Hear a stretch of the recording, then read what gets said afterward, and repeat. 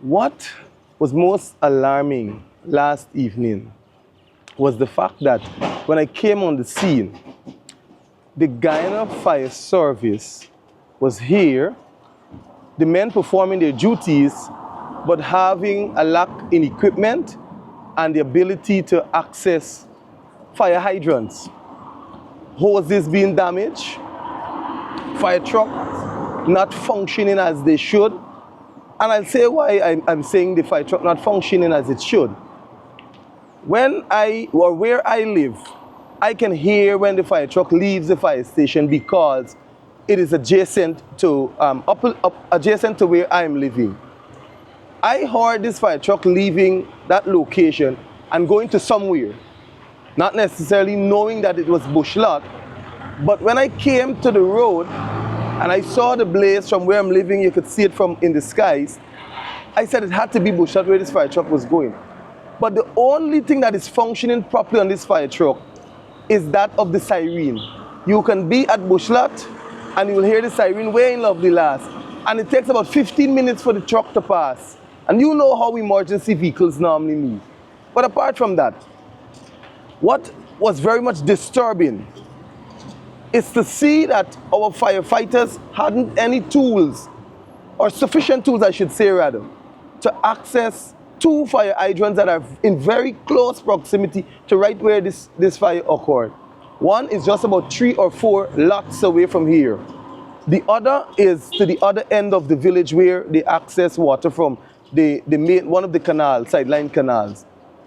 When I worked at GWI Sherrod, we not only had to ensure that those few fire hydrants that were in place were serviceable, but we had to ensure we do, a routine maintenance so that in the event of a fire, we were prepared and the Guyana Fire Service would have had a functioning fire hydrant or hydrants across the region.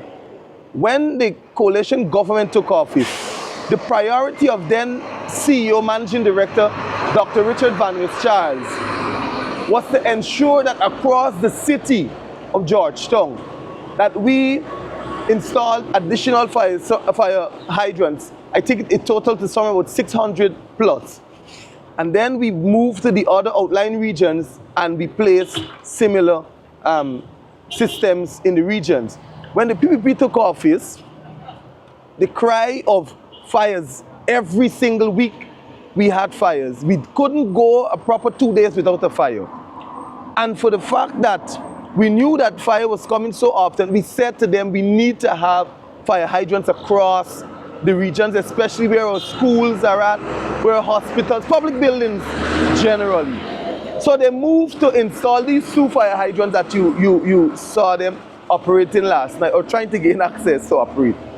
Simply because there are 3 schools within close proximity to the first one, and the public health building and a gas station where the other one is. But what is alarming is that when we come to a situation as this, where we had a fire, we could not have accessed the fire hydrants. Apart from that, the hoses that were being used, 70% of the water, as I would calculate it, was being thrown away on the road. We had a wash bay, as a matter of fact, on the road.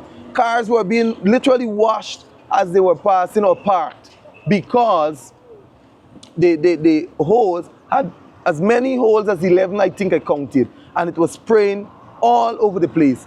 When the men tried to do their work with what they had, it could not do the necessary work. If you look right next to me here, the pole is just, there are 2 poles. One was burning, and the fire hydrant, the fire hose couldn't reach to the top of that pole to out the fire because it lacked the necessary pressure. The pressure was not reaching to the top. I was so sorry for these men that at one point I said, it is better they pack up and just leave the thing to burn. So just operate as though no fire service responded. But what is important today for me to state is that the PPP government must never get away in trying to justify the reasons why these businesses and these buildings were destroyed. They must never be allowed to get away with what has happened here. It is their incompetence, it is their negligence, it is their ability, it is a lack of ability rather, to see and to be able to assess what are the needs of our communities. I spoke to the Minister of Home Affairs about the fire service and the truck. As a matter of fact, they had 2 trucks. Now they have one, well, 3/4 truck, sorry. They have there. And it is months that I've spoken to them about it, because the fire service is not far from where I'm living. One morning I came out of the street, and as I was driving, the truck was running into the fence. No brakes on the fire truck.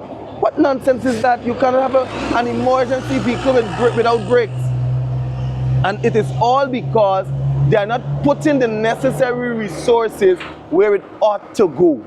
And so we see nice buildings and nice infrastructural works being done across the country, but the needs in healthcare, the needs in agriculture, the needs in, like we see, fire prevention and action to remedy same, and many other things, they are not putting the money where it is needed and the resources where it is needed.